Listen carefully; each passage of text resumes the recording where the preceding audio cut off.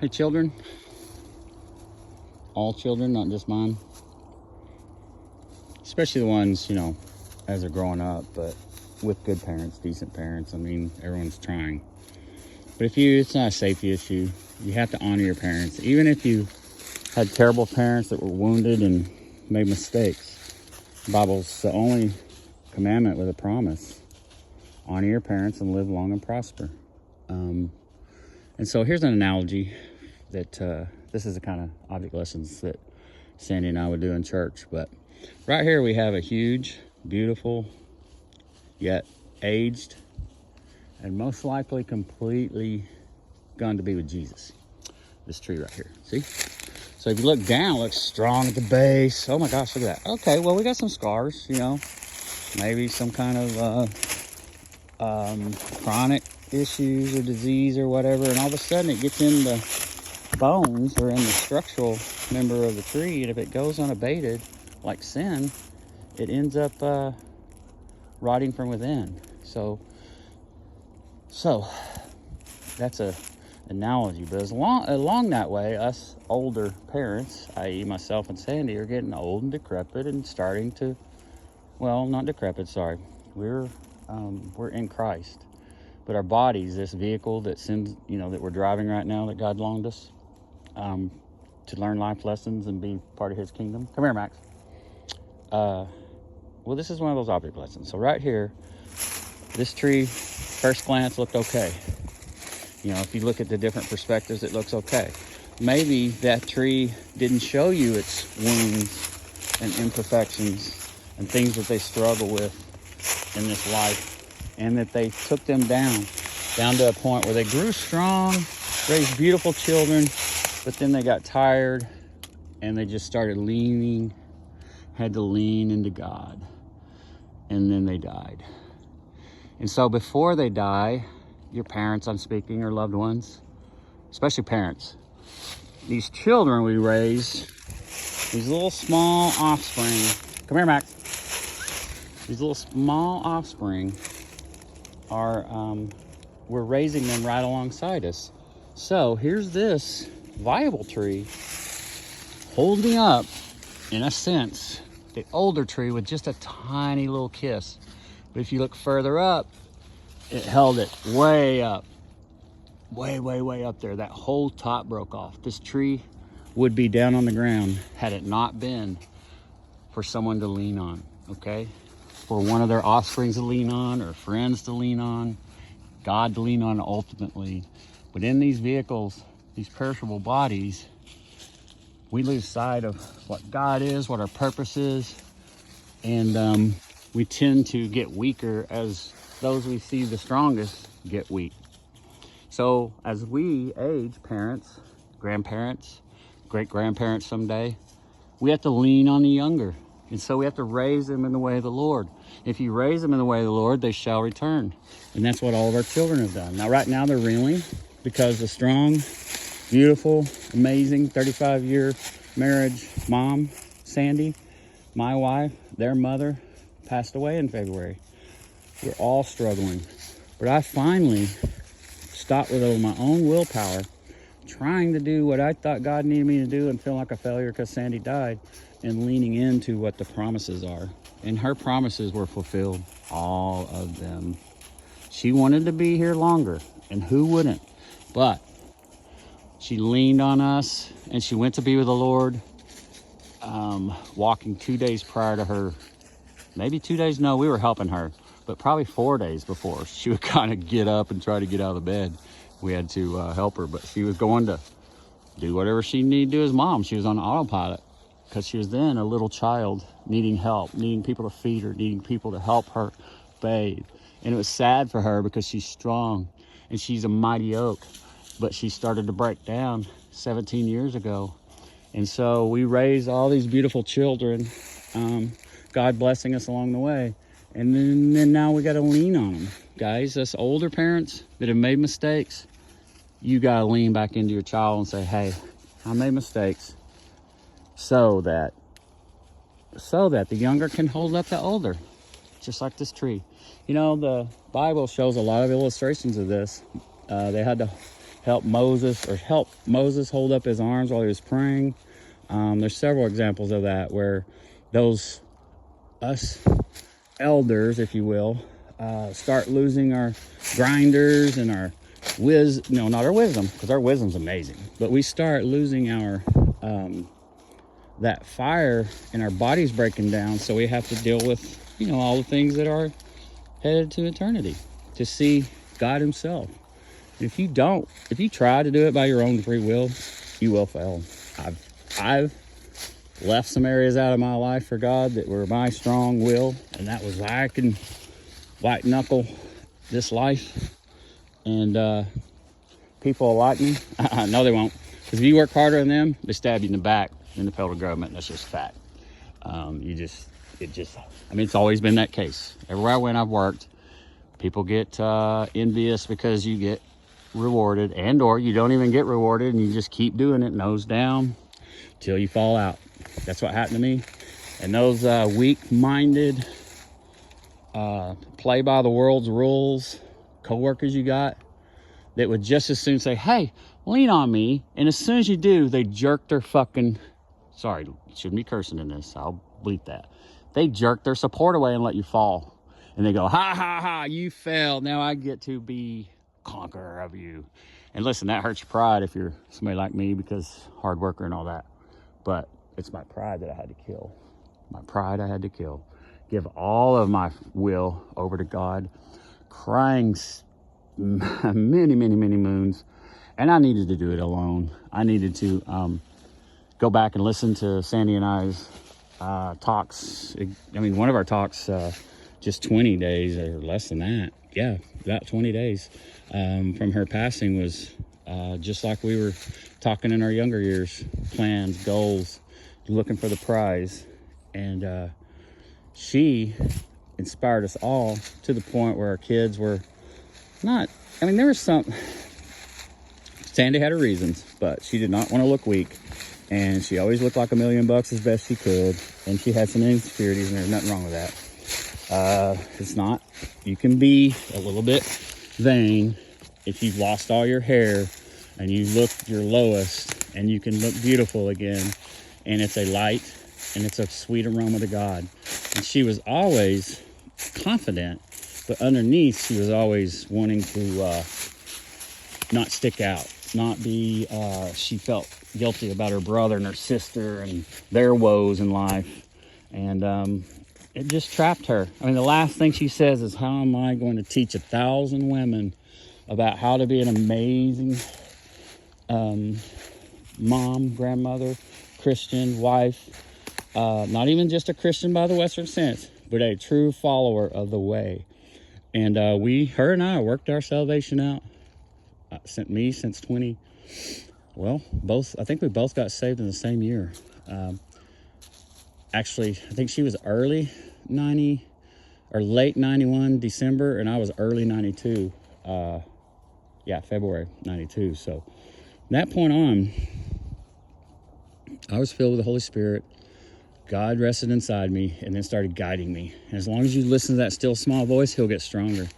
And God showed me so many ways that he loves me and Sandy's legacy, and that I need to rest in that peace and safety and that love and lean on my children. Look at this tree right here. Now this tree is too small, way small, and it's leaning and it's bending to the will of the larger tree. See how it's working its way up to the sky? Now if I cut that tree right there, it will kill that tree, or at least break it off. So this tree holds on long enough, Sandy, hold on long enough to let her little children, who are bent and not broken, just bent in ways that their parents, see these two? That one, this little tree will be destroyed because the parent is so strong and it's underneath its willpower. So if I cut that limb right there, it would not kill the tree. Or even if I just cut the head off the tree and let it go back over there, then when this tree falls, that'll still be a tree. Now it'll lose a lot of ground, and that's what I do when I go back and forth to my vomit. As the Bible says, a dog will go back to its vomit. once it throws up all that bad stuff, it's done. And I'm not saying I was into, no, never mind. My sin is my sin. Your sin is your sin, whatever that is, okay? And all it is a nose to God that you got this. Ain't no God, ain't no man, ain't no woman, ain't nobody gonna tell me what to do. And you know what? White knuckle it all you can. He'll get you to your lowest point. My job is in jeopardy. My wife, I lost her. My kids are reeling, and dad's mourning, so we don't want to be around that. And I've kind of started pouring into them and really trying to do some spiritual education, some God education for their mom. Now look at this little tree. This little child right here got bent and broken at a young age. Something happened. It broke right there. And so see those scars? Look at the inside of the bark, how it twisted. See how that twisted all the power, that a catastrophic event that destroyed this little tree, at least set it sideways, you know, terrible things that happen to children, you know, beatings, adult abuse, child freaking molestation, child rape, child trafficking, any of that stuff can bend a little small soul, however old you are. Yet God says the reed may bend, but he will not break it. And God didn't break this. God, if I sit here as pretending to be God and I start lifting this tree up and I just get right with God right now, get right with God, and I jerk it upward and say, get right with God, pull up your bootstraps and get right with God, it would break. And that's what religion does to us. It breaks us because we can't meet religion's mark. We can't meet religion's mark. So if I push this tree completely up, you'll hear it start cracking, see? Because it's cold, it's winter, and it's asleep. This tree will grow. See this one branch here? Under the right conditions, love, peace, safety, trusting in God. God will, he might even lop off a lot of your years to let you bend and grow back up toward him and ultimately be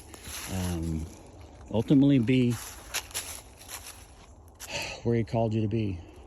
I think that's my analogy today for trees and Sandy and myself. I'm a big, strong tree, but I really kind of wrinkled my boys a little bit because of Sandy and I's differing opinions. We work well together, but there's a time where it's just like, okay, it's too much trouble to try to discipline them, or, you know, by that time they were already well on their way to being awesome men and great kids. There was just some stuff that my gruffy voice and my assertiveness and then feeling a bit disrespected by your son, or, you know, that kind of stupid stuff that men do. You tend to kind of bend them a little bit, you know. Some might even beat. I never did that. I mean, I think I spanked them once and almost slept on the couch for a week. But it was out of anger, so it wasn't right. And I got corrected on that. Sandy did it. Now, she may have overcorrected because, you know, it's a little bit hard for us to work later. But that's no big deal. That's just Mama Bear protecting her children. She was this little tree. She was this little tree trying to hold up the whole world, all 5 children, all 8 grandchildren, the son-in-laws, you know, trying to teach them the right way while being sick so long. 17 years. When she was originally diagnosed, she wasn't ill that whole time. And her 2 treatment plans with cancer, she made it look easy because of her faith and strength in God. They wanted to use her as a bright light for the oncology center, but she couldn't talk about God. She said, screw you. I mean, literally almost said that. You know, no, if I can't talk about God, I mean, it's the only thing got her through. She was a miracle CTCA.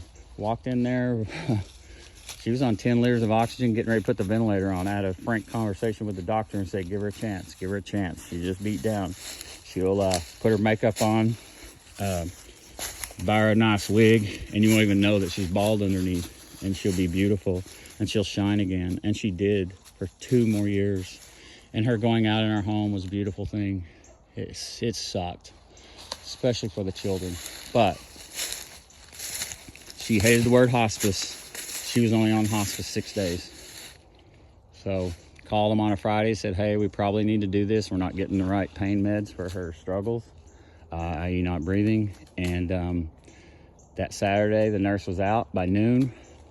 I picked up all the meds.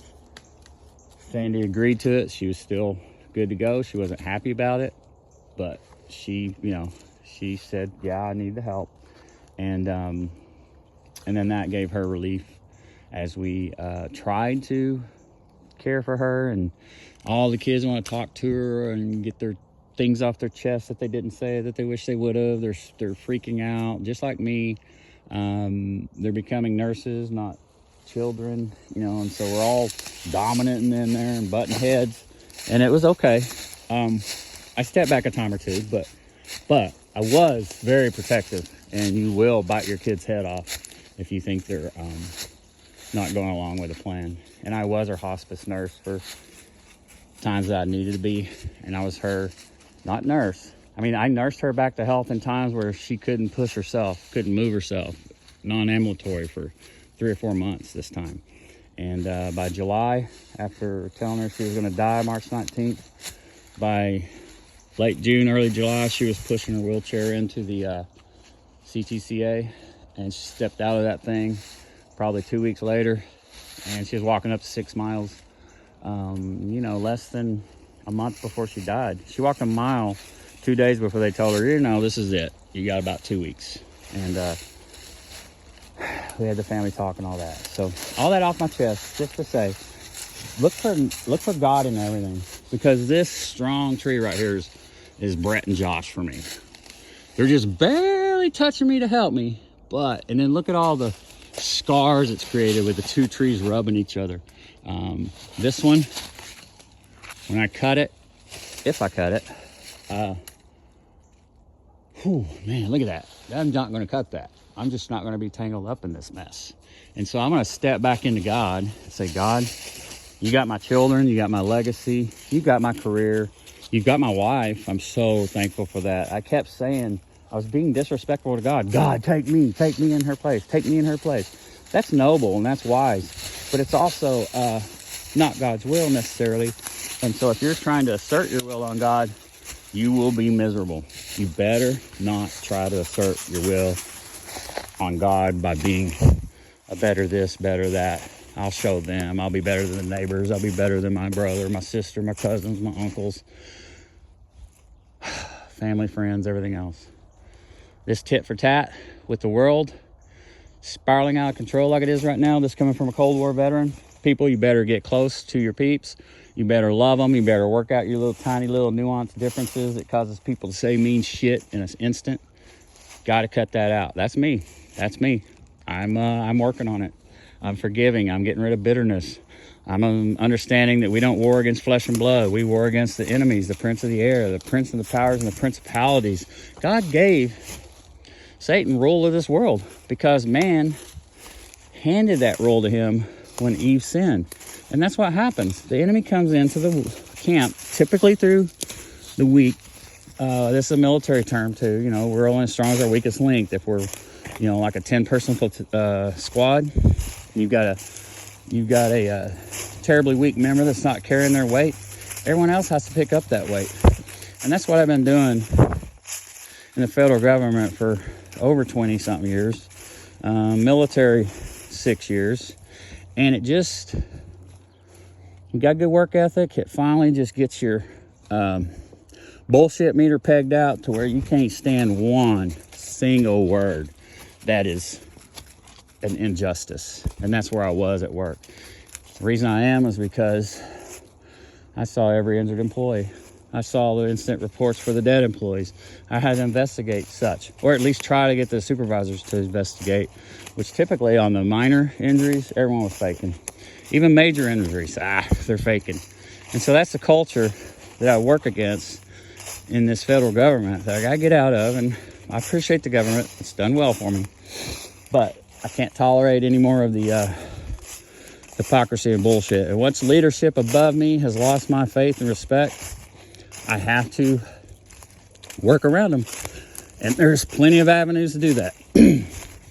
And so I finally got the balls, the eternal fortitude, God on my side. See, I thought, oh, I hired a lawyer, they got it.